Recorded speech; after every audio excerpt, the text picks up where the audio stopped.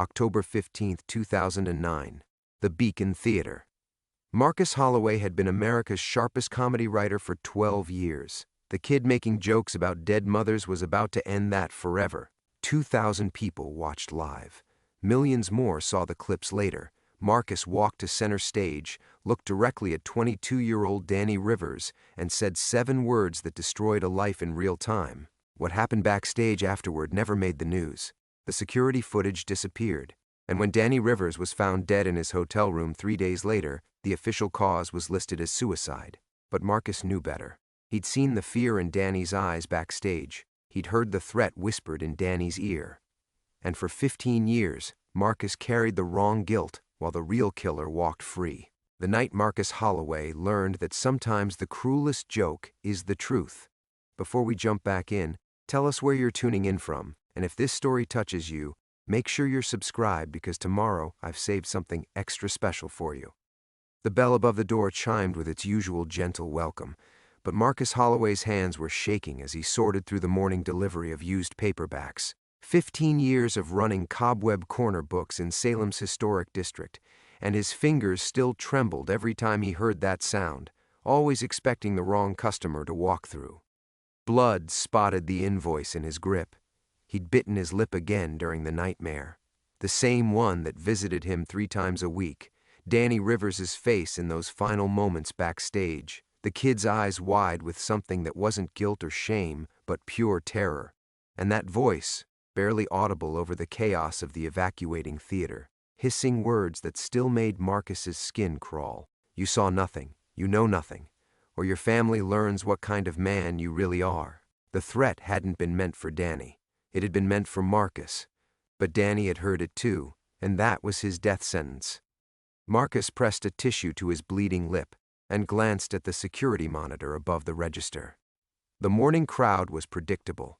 Mrs. Chen browsing the mystery section, Professor Hartwell hunting for rare philosophy texts, and Sarah, his daughter in all the ways that mattered, unlocking the coffee bar in the back corner they'd added 3 years ago. Sarah hummed while she worked, completely unaware that her adoptive father had once been the most feared comedy writer on television. To her, Marcus was just the quiet bookstore owner who'd taken her in when she'd aged out of foster care at 18, given her a job, a home, and the first stable family she'd ever known. She was 25 now, with her mother's dark hair and an infectious laugh that Marcus had almost learned to enjoy without flinching. The front door chimed again. Marcus looked up to see a young man in his 30s wearing an expensive suit that didn't belong in Salem's morning coffee crowd. The stranger's eyes swept the store with practiced efficiency before settling on Marcus. "Mr. Holloway?" The voice carried a slight accent. "Boston, maybe. I was hoping we could chat." Marcus's blood went cold. In 15 years, exactly 3 people had tracked him down to the bookstore. 2 had been producers looking to lure him back to television. The 3rd had been a private investigator, hired by Danny Rivers' mother, fishing for details about her son's final days. All 3 had left empty-handed. "I'm sorry. Do we know each other?" Marcus kept his voice steady, but his peripheral vision tracked Sarah's movements at the coffee bar. Still humming. Still safe in her ignorance. "Not yet. But we have a mutual friend." Well, had. The stranger pulled out his phone and tapped the screen. Danny Rivers. The name hit Marcus like a physical blow. He gripped the edge of the counter, feeling the familiar tightness in his chest that meant another panic attack was coming. "Not here. Not in front of Sarah. I think you're mistaken." Marcus forced the words out. "I don't know anyone by that name." The stranger smiled, but it never reached his eyes. "That's funny because Danny talked about you all the time, right up until the end." He held up his phone so Marcus could see the screen. It was paused on a video thumbnail. A young woman on a stage, microphone in hand, with text overlay that made Marcus's vision blur. Comedian makes joke about host's dead mother. "You won't believe what happens next." The same joke, word for word. The exact same setup that Danny Rivers had used that night at the Beacon Theater. "This video's been making the rounds," the stranger continued conversationally. "Got about 3 million views in the past week. People love a good comeback story, you know. But the comments section is interesting. Lot of folks remember another time someone made this exact joke. October 15th, 2009. Ring any bells? Marcus couldn't breathe. The panic attack was coming whether he wanted it or not. His vision tunneled, and he could hear his own heartbeat thundering in his ears. "Dad?" Sarah's voice cut through the roaring in his head. She was walking toward them, concern creasing her features. "Everything okay?" The stranger's smile widened. "Dad? How sweet. I bet she doesn't know about your old job, does she, Marcus? What you used to do for a living before you became such a devoted father figure." Marcus looked at Sarah's trusting face, then back at the stranger's predatory grin. After 15 years of hiding, of building a quiet life, of protecting the only person who'd ever looked at him like he was worth saving, the past had finally found him. And this time, there was nowhere left to run. The stranger pocketed his phone and headed for the door. "I'll be in touch, Mr. Holloway. We have so much to discuss." The bell chimed his exit, leaving Marcus bleeding and exposed in the wreckage of his carefully constructed ordinary world. Chime stretched like a held breath. Marcus gripped the counter's edge so hard his knuckles went white, the wood grain pressing into his palms like a prayer for steadiness. The invoice crumpled in his other hand, Danny Rivers' name echoing in his skull like a funeral dirge. "Dad?" Sarah's footsteps approached, soft sneakers on the worn hardwood floors he'd refinished himself 7 years ago. Everything in this place carried his fingerprints, his careful attention. 15 years of building something clean and honest from the ruins of who he used to be. "You look like you've seen a ghost." If only it were that simple. Ghosts were memories. This was something alive and hunting. Marcus forced his breathing to slow, drawing on techniques Dr. Reeves had taught him during those first brutal months in Salem. "Count 5 things you can see." Sarah's worried brown eyes, the morning light filtering through dust motes, Mrs. Chen's silver hair bent over a Sue Grafton paperback. 4 things you can touch: smooth counter wood, the soft cotton of his cardigan sleeve, the cool metal of his reading glasses in his shirt pocket.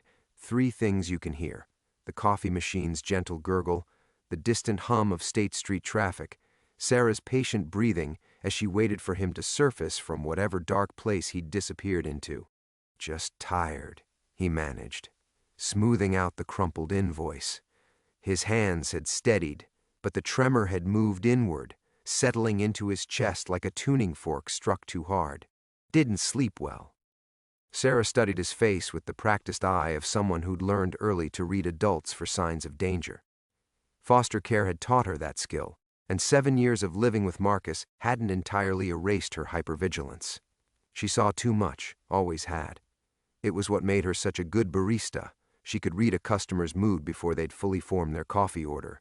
But it also meant she noticed when Marcus bled through his carefully maintained facade. "The nightmares again?"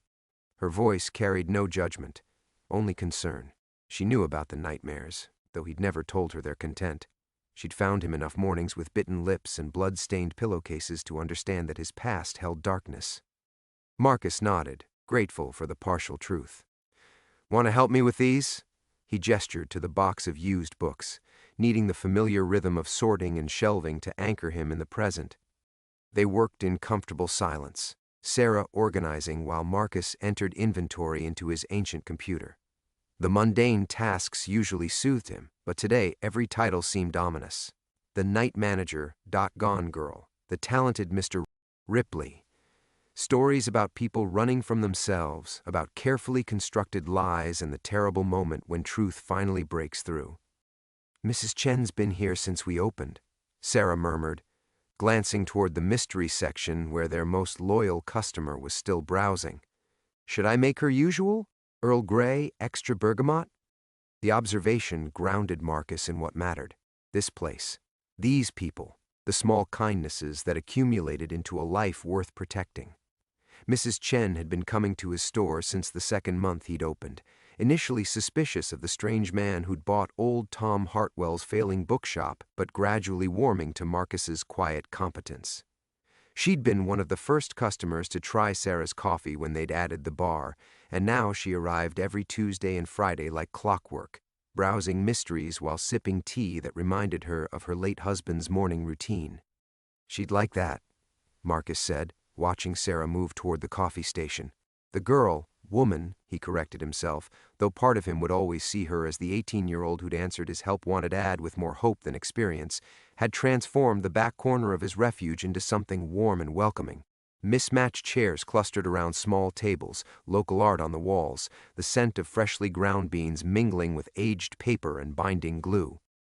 Sarah hummed while she prepared the tea, the same unconscious melody she'd been working on for weeks, something she'd heard on the radio probably.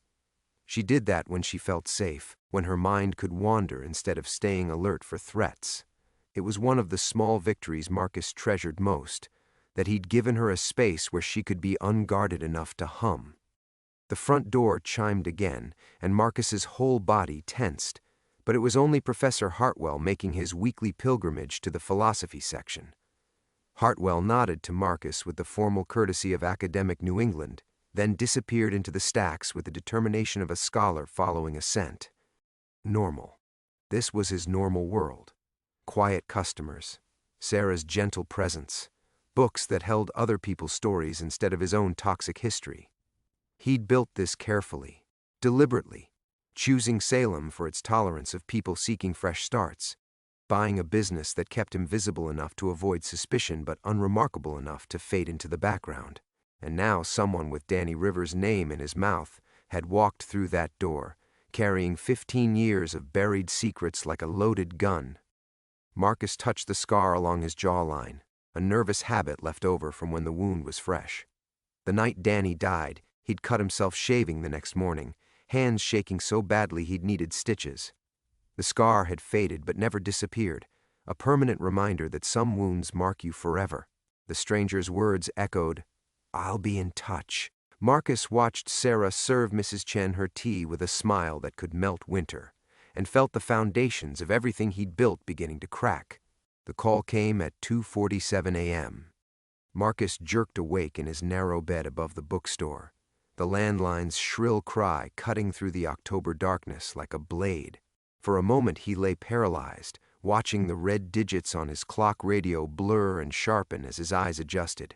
Nobody called the store's after-hours line.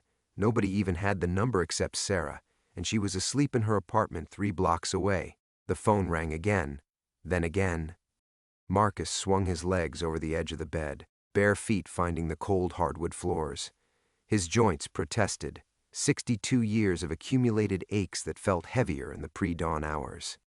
The ringing continued, relentless and somehow urgent, as if the caller knew he was awake and listening. On the 7th ring, Marcus lifted the receiver. Cobweb Corner Books. His voice came out hoarse, unused. Silence stretched across the line, punctuated only by the faint hiss of distance. Then, barely audible, the sound of breathing that wasn't quite steady. Someone was there, waiting. "Hello?" Marcus tried again, though every instinct screamed at him to hang up. "You look good today." The voice was different from the stranger who'd visited the store. Younger, with a slight rasp that suggested cigarettes or screaming. Older, but good. "Quiet life suits you, Marcus." Ice flooded Marcus's veins. "Who is this?" Someone who's been waiting a very long time to have this conversation. A pause, then the wet sound of lips pulling away from a cigarette. "Did you really think it would stay buried forever? That nobody would ever connect the dots?" Marcus sank into the wooden chair beside his bed, the same chair where he'd spent countless sleepless nights reading, trying to exhaust his mind enough to find peace. "I don't know what you're talking about." October 15th, 2009. The Beacon Theater. Danny Rivers. Each word dropped like a stone into still water, sending ripples through Marcus's carefully constructed calm. Ring any bells now? The nightmare images crashed back. Danny's face in those final moments backstage, the chaos of the evacuating theater, that voice hissing threats in the darkness. But this voice was different, familiar in a way that made Marcus's skin crawl with half-remembered recognition. "Danny's dead." The words escaped before Marcus could stop them. "Yes, he is, and you know why." The caller took another drag, the embers glow audible across the miles. "But here's what's interesting, Marcus. That viral video from last week, the girl making the same joke about dead mothers, it's got 12 million views now, and people are starting to remember. Comments sections are dangerous places for men with secrets. Marcus's free hand found the scar along his jawline, fingers tracing the raised line of tissue. "What do you want?" "Justice." The word came swift and sharp. "You destroyed that boy's life with your cruel little comeback. Made him a laughingstock. Drove him to—" "I didn't drive him anywhere." The anger surprised Marcus, bubbling up from some deep place he'd thought was sealed off. Danny made his choice that night. We all did. Did he? The caller's voice dropped to barely above a whisper. Or was his choice made for him? "See, I've been digging, Marcus. 15 years of digging. And the official story about Danny Rivers' suicide has some interesting holes." The receiver slipped in Marcus's sweating palm. Below, the bookstore sat in darkness, rows of books holding their silent vigil. Everything he'd built, everything he'd protected, all of it balanced on the knife's edge of this moment. "The police report says Danny hanged himself in his apartment," the caller continued. "Alone, despondent. But here's the thing, Danny was left-handed, and the knots were tied by someone right-handed. Funny detail for someone to miss, don't you think?" Marcus's breath caught. In all his years of guilt, all his sleepless nights replaying that evening at the Beacon, he'd never questioned the aftermath. Danny was dead. Marcus's brutal response had driven him to it. Case closed, guilt accepted, penance begun. But if Danny hadn't killed himself— "You're lying." Marcus forced the words out, though his conviction was already cracking. "Am I? Check your email, Marcus. I sent you something. A little preview of what's coming." The caller's breath quickened, excitement bleeding through the controlled tone. That viral video was just the beginning. Tomorrow, the real footage goes live.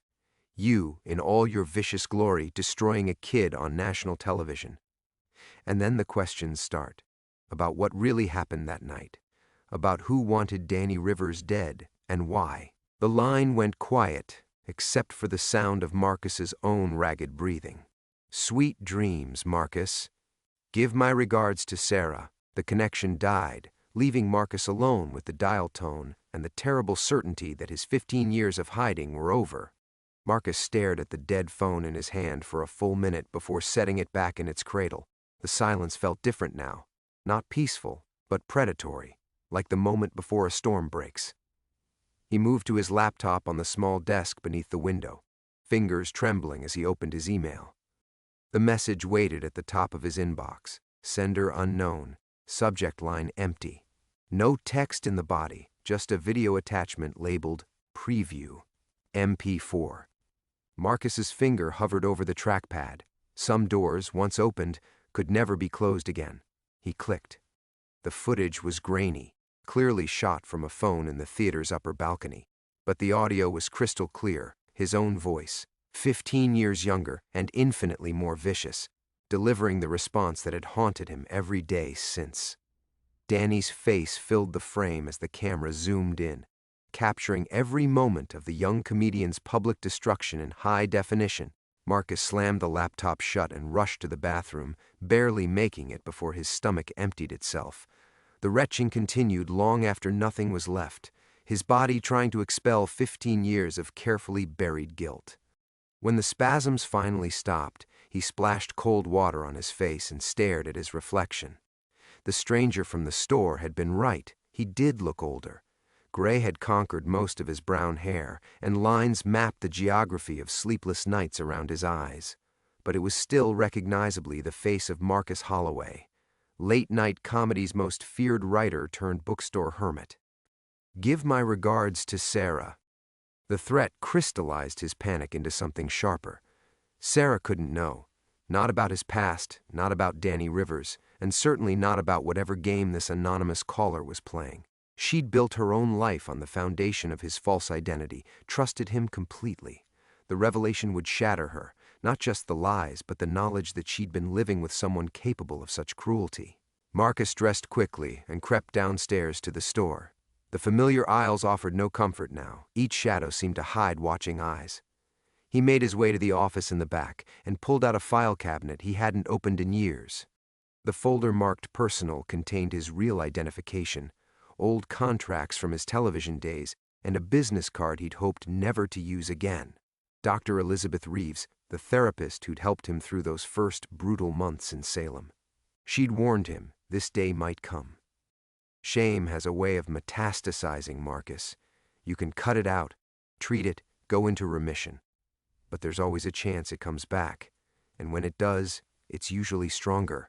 He stared at her card until the numbers blurred, then set it aside.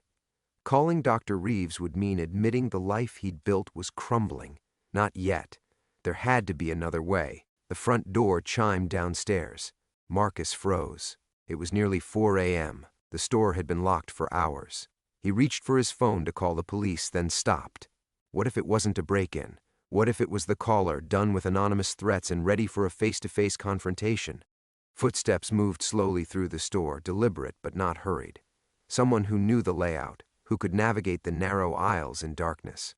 Marcus grabbed a letter opener from his desk, a pathetic weapon but better than nothing, and crept toward the office door. "I know you're here, Marcus." The voice drifted up from the main floor, different again from either the stranger or the phone caller. This one carried authority, the measured cadence of someone accustomed to being obeyed. "We need to talk." "The store is closed," Marcus called down, trying to keep his voice steady. "You're trespassing." A low chuckle echoed through the darkness. Trespassing. That's rich, coming from someone who's been trespassing on an honest life for 15 years. The footsteps moved toward the back of the store, toward the coffee bar where Sarah would arrive in a few hours to start her morning prep. Marcus couldn't let this contaminate her space, her sanctuary within his sanctuary. He started down the stairs, letter opener clutched in his sweating palm. "What do you want?" "The truth, Marcus. About what really happened to Danny Rivers. About who was backstage that night after your little performance. About why a 24-year-old comedian with everything to live for supposedly decided to hang himself with knots tied by someone else's hands." Marcus reached the bottom step and peered into the gloom. A figure stood silhouetted near Sarah's coffee station, but the shadows made identification impossible. "I've told you, I don't know anything about Danny's death beyond what everyone knows. Everyone knows the official story, but you and I both know there's more to it." The figure moved closer, still staying in the darkness between streetlight beams. "Danny didn't just walk away after you destroyed him on stage. Someone made sure he never got the chance to recover. Someone who wanted him permanently silenced." Marcus's grip tightened on the letter opener. "You're talking about murder. Finally. I was wondering when you'd say it out loud." The word hung between them like a blade poised to fall. Marcus felt the last 15 years of carefully constructed peace crumble beneath the weight of that single syllable, murder. The letter opener trembled in his hand as the figure stepped forward, finally catching enough streetlight to reveal sharp features and eyes that held no warmth. "You remember me now, don't you?" The man was older than Marcus had first thought, maybe 50, with prematurely silver hair and the kind of lean build that suggested discipline rather than genetics. "Tommy Kellerman. I was Danny's manager, his friend." The name hit Marcus like a physical blow. Tommy Kellerman, the nervous young man who'd paced backstage that night, chain-smoking and muttering about Danny's career trajectory. Marcus remembered him as a hovering presence, protective and ambitious in equal measure. Tommy. Marcus lowered the letter opener slightly. "You look different. 15 years of investigating a murder will do that to a person." Tommy moved closer, and Marcus could see the obsession etched in the lines around his eyes. "You want to know what I've been doing while you've been playing bookstore owner?" "Following leads, bribing coroners, tracking down witnesses who saw Danny alive hours after the official timeline says he died." Marcus backed toward the stairs, his sanctuary feeling more like a trap with each passing second.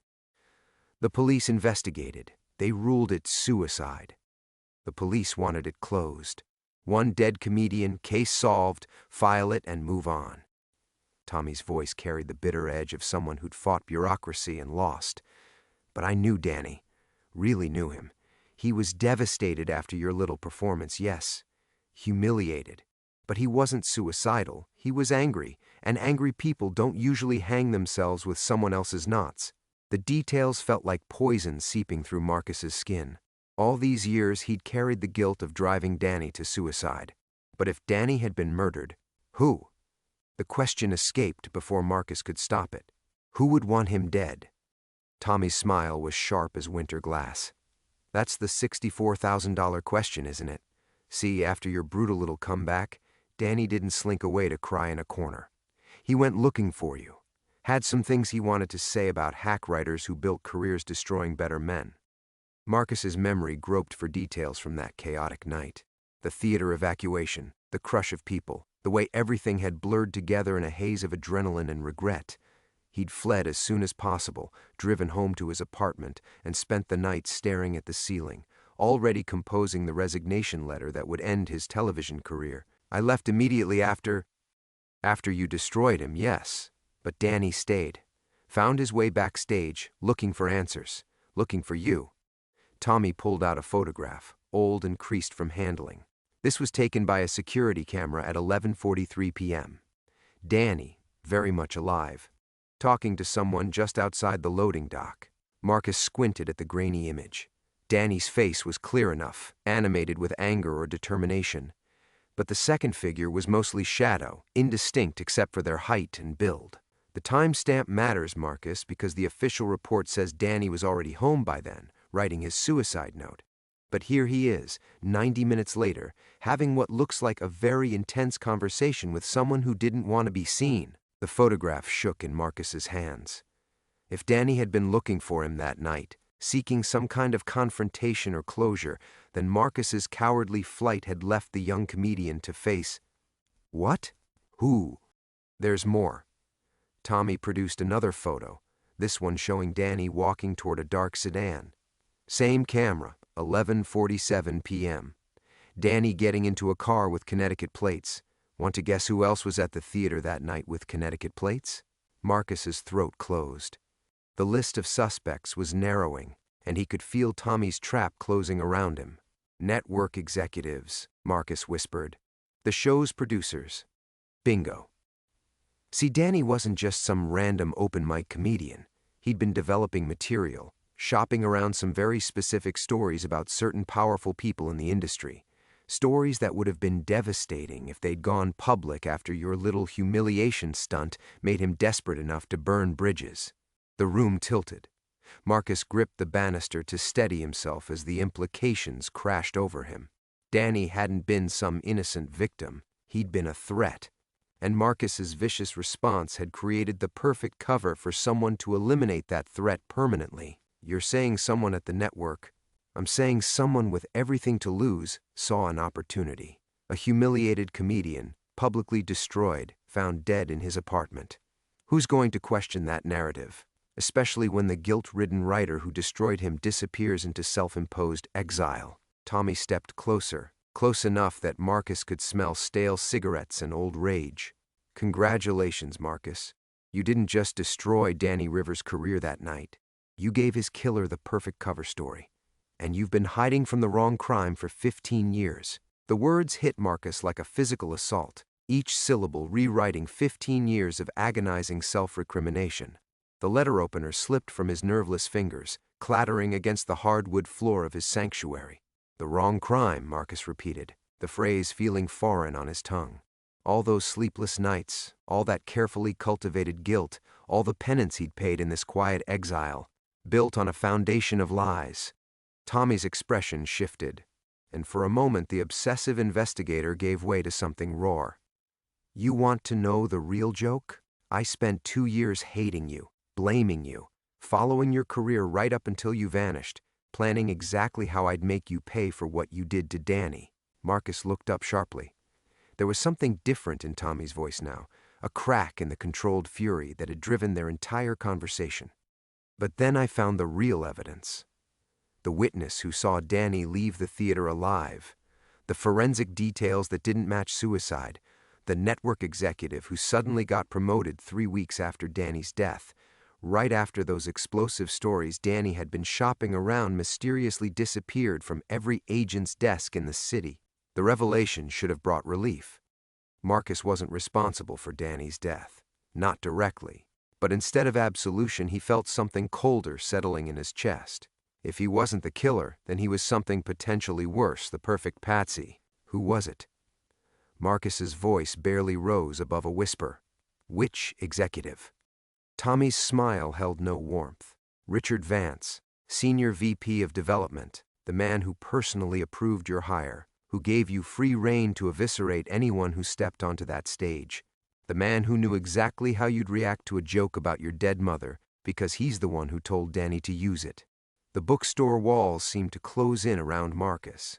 Richard Vance, the soft-spoken executive who'd championed Marcus's caustic style, who'd encouraged him to push boundaries, who'd been oddly absent from the theater that night despite usually attending every taping.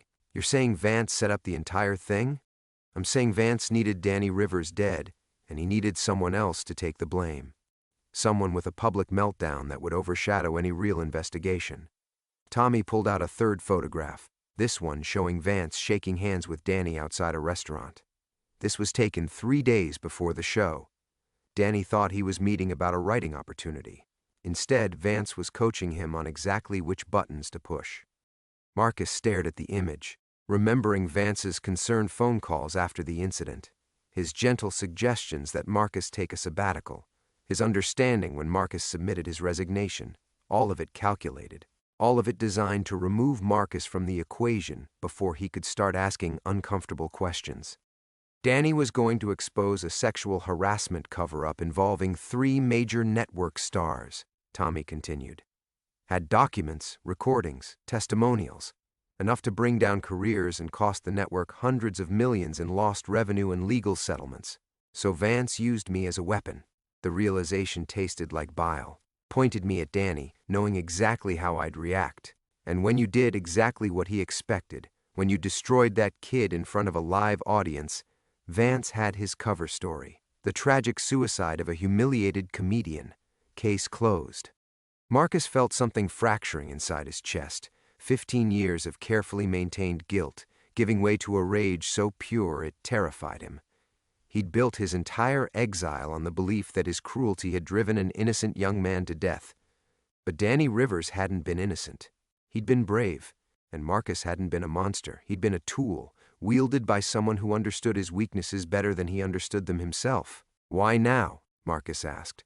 Why surface this after 15 years? Tommy's expression darkened. Because 3 months ago, Richard Vance announced his retirement.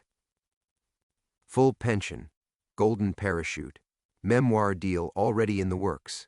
The man who orchestrated a murder is about to ride off into the sunset with a reputation intact and blood money in his pockets. And you think exposing me will somehow... I think exposing you will force the questions that should have been asked 15 years ago. Tommy stepped back, his mission apparently complete. That viral video isn't random, Marcus. I made sure it went viral. I wanted you to feel the pressure Danny felt that night.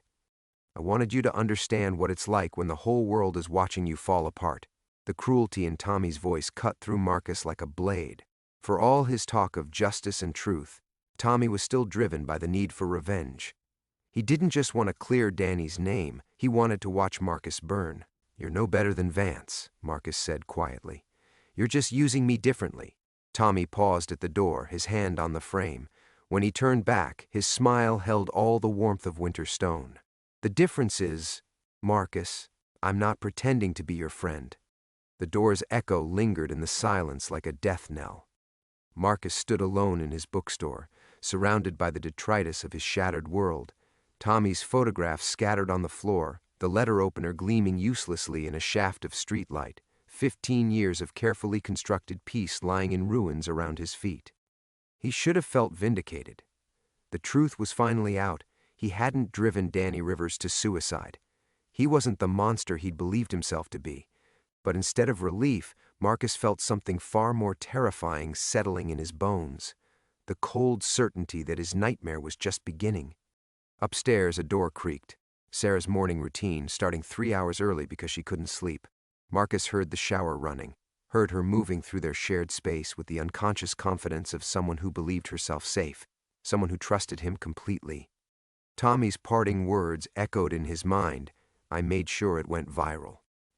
The viral video that had started this avalanche wasn't random chance. It was a calculated attack, designed to flush Marcus from his hiding place and force him into the open. And if Tommy had orchestrated that exposure, what else was he planning? Marcus's hands shook as he gathered the photographs. Richard Vance's face stared up at him from the restaurant image. Soft features, kind eyes, the sort of man you'd trust with your children. The sort of man who could orchestrate a murder and sleep soundly for 15 years while someone else carried the guilt. The shower stopped upstairs. In 20 minutes, Sarah would come down to start prepping the coffee bar, humming whatever song had been stuck in her head, expecting to find their normal world intact. She'd ask about the broken glass from last night, about why he looked so exhausted, about whether everything was all right. And he'd have to lie to her again, because the truth would destroy everything she'd built, unless he acted first. Marcus pulled out his phone and stared at the screen. He could call the police, try to explain Tommy's evidence, attempt to reopen a case that had been closed for 15 years. But cops didn't like reopening old files, especially not based on the word of a man who'd been living under an assumed identity. They'd want proof he couldn't provide, explanations he couldn't give without exposing Sarah to scrutiny she didn't deserve. He could run, pack their bags, drain his accounts, disappear again. He'd done it before, could do it again. But Sarah had roots now, a life she'd built in Salem, and Tommy had found him once. He'd find them again, wherever they went, or he could fight back. The thought crystallized slowly, like ice forming on still water. For 15 years Marcus had been reactive, running from his guilt, hiding from his past, letting other people control his narrative. Richard Vance had used him as a weapon. Tommy was using him as bait. Even now, in his own sanctuary, he was still letting other people dictate the terms of his existence. Marcus walked to his office and pulled out the business card he'd looked at earlier. Dr. Elizabeth Reeves had told him that shame had a way of metastasizing, but she'd also told him something else during their final session. The only way to kill shame is to drag it into the light. Secrets have power only as long as they stay secret. He dialed her number before he could lose his nerve. The phone rang 4 times before a sleepy voice answered. "Dr. Reeves? It's Marcus Holloway. I know it's been 15 years, but I need your help." A pause, then the crisp professionalism he remembered. "Marcus, I wondered when you might call. What's happened? Someone's trying to destroy my life, and I think the only way to stop them is to destroy it myself first."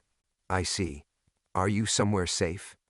Marcus looked around his bookstore, at the shadows that no longer felt protective, at the walls that had become a prison. "I don't think anywhere is safe anymore. Then we need to change that. Can you come in this morning? I had a cancellation at 9. Dr. Reeves, there's something you need to know. I've been living under a false identity.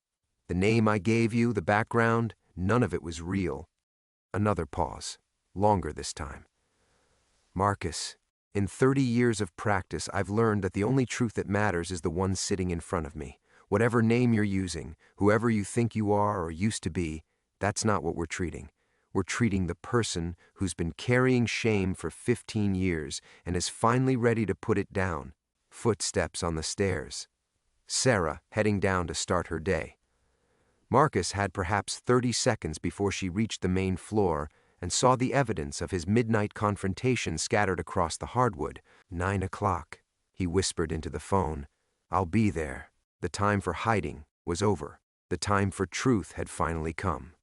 Marcus ended the call and quickly gathered Tommy's photographs, shoving them into his desk drawer as Sarah's footsteps reached the bottom of the stairs.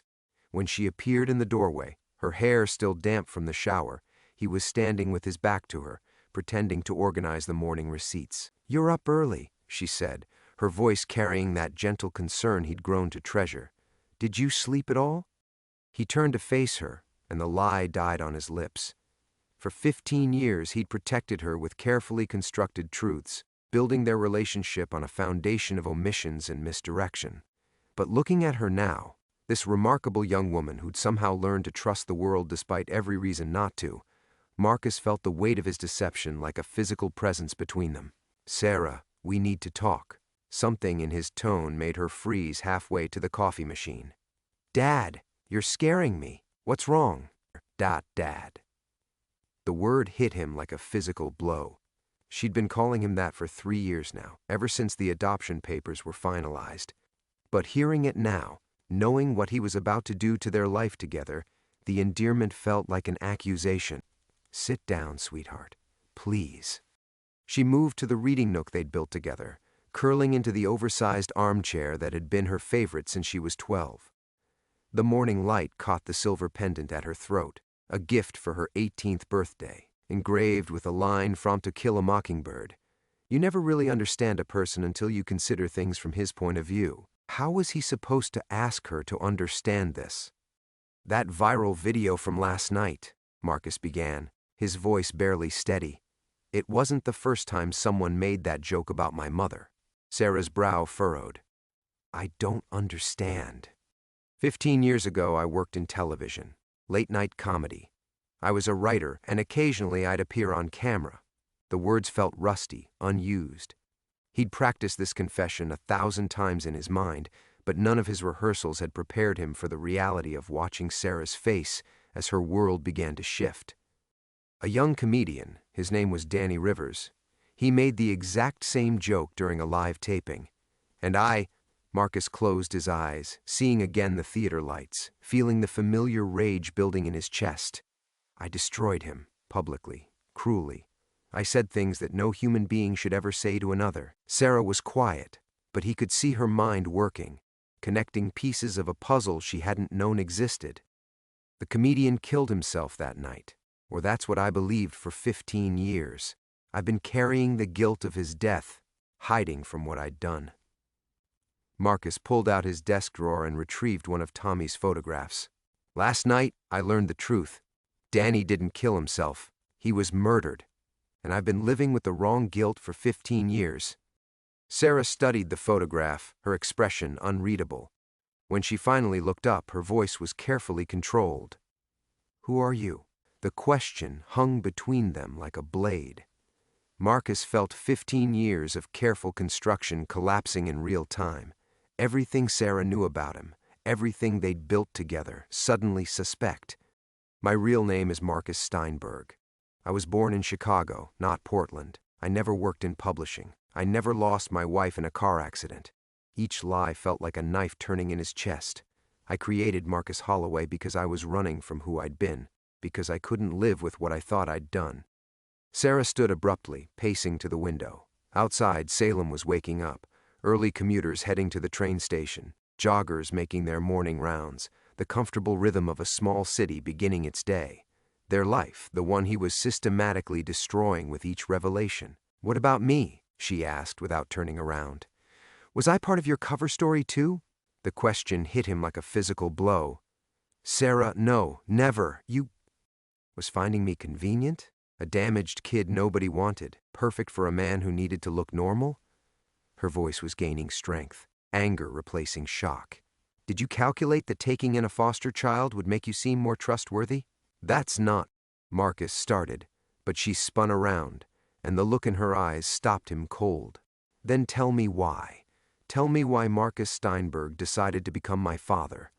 The silence stretched between them, weighted with 15 years of shared memories that suddenly felt fragile as spun glass. Marcus thought of all the moments that had brought them to this place. Sarah's first night in his home, terrified and defensive, the long months of careful trust-building, her first genuine laugh, the day she'd asked if she could call him Dad. Because you saved me, he said finally.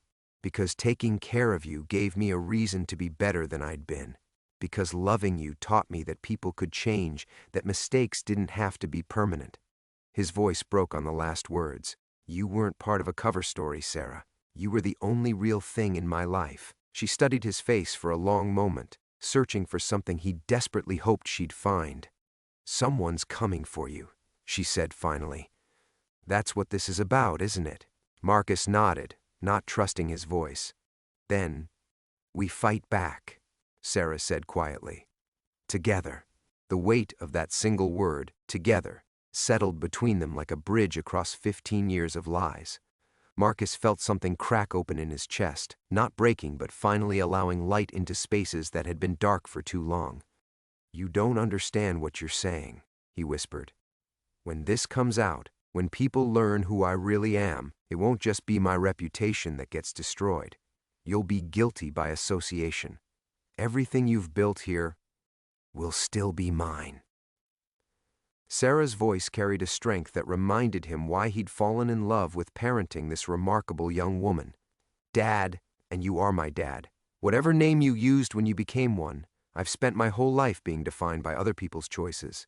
Foster homes where I was just a monthly check, schools where I was just the problem kid. But you taught me that I get to decide who I am. She moved closer, and Marcus saw something in her expression he hadn't expected. Not just forgiveness, but understanding. You think you saved me, Sarah continued, but you saved each other. I know what it looks like when someone's running from their past. I know what it feels like to carry guilt that isn't really yours to carry. The difference is, you taught me how to put it down. Marcus thought of Dr. Reeves's words from an hour earlier. The only way to kill shame is to drag it into the light. For 15 years, he'd been trying to heal in darkness, believing that exposure would destroy him. But looking at Sarah now, this young woman who'd survived abandonment and abuse and foster care to become someone extraordinary, he realized he'd been wrong about everything. There's more, he said quietly. The man behind Danny's murder, Richard Vance, he's still out there, still free.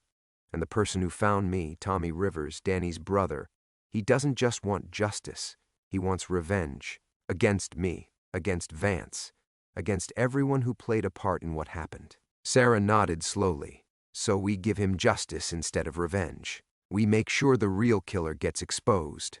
Sarah, these are dangerous people. Vance orchestrated a murder and covered it up for 15 years. Tommy has been planning this for God knows how long. If we fight back, then we fight smart. Sarah pulled out her phone, her fingers already moving across the screen. You know what I do better than anyone? Research, investigation, finding the truth in documents and databases and forgotten corners of the internet. You taught me that when you helped me track down my birth parents. Marcus watched his daughter work, remembering the 16-year-old who'd spent months piecing together the fragments of her own origin story. She'd approached it with the same methodical intensity she brought to everything, not just wanting answers, but needing to understand the complete picture before deciding what those answers meant. We have Tommy's evidence about Vance, Sarah continued. But evidence can be planted, manipulated. We need independent verification. Financial records from 15 years ago, travel documents, communication logs, corporate filings that might show who benefited from Danny's death. The network buried everything. Networks don't control everything. Bank records, tax filings, SEC documents. There are paper trails that can't be completely erased. Sarah looked up from her phone. And I know someone who specializes in finding them. Marcus felt a familiar spike of protective fear. I won't let you put yourself at risk. Dad. Sarah's voice was gentle but firm. I'm not a child anymore. I'm not the scared 12-year-old you took in. I'm an adult who gets to make her own choices about what risks are worth taking. And you're worth taking risks for. The morning sun had fully risen now, filling the bookstore with golden light that transformed the space Marcus had thought of as his sanctuary. For 15 years, this had been his hiding place, his refuge from a world that he believed would destroy him if it learned the truth. But sitting here with Sarah, watching her turn her formidable mind toward solving the puzzle of his past, Marcus realized he'd been wrong about sanctuary too. Safety wasn't about hiding from the truth. Safety was about having people who would stand with you when the truth finally came to light. There's something else, Marcus said, reaching for the business card he'd left on his desk. I called my old therapist this morning, Dr. Elizabeth Reeves. I have an appointment at 9. Sarah smiled, the first genuine smile he'd seen from her since this nightmare began. Good. You're going to need professional support for what comes next. What comes next? We tell our story before Tommy can tell his version of it. We control the narrative instead of letting him control it for us. Sarah stood, moving toward the coffee machine with the kind of purposeful energy Marcus recognized from her most determined moments.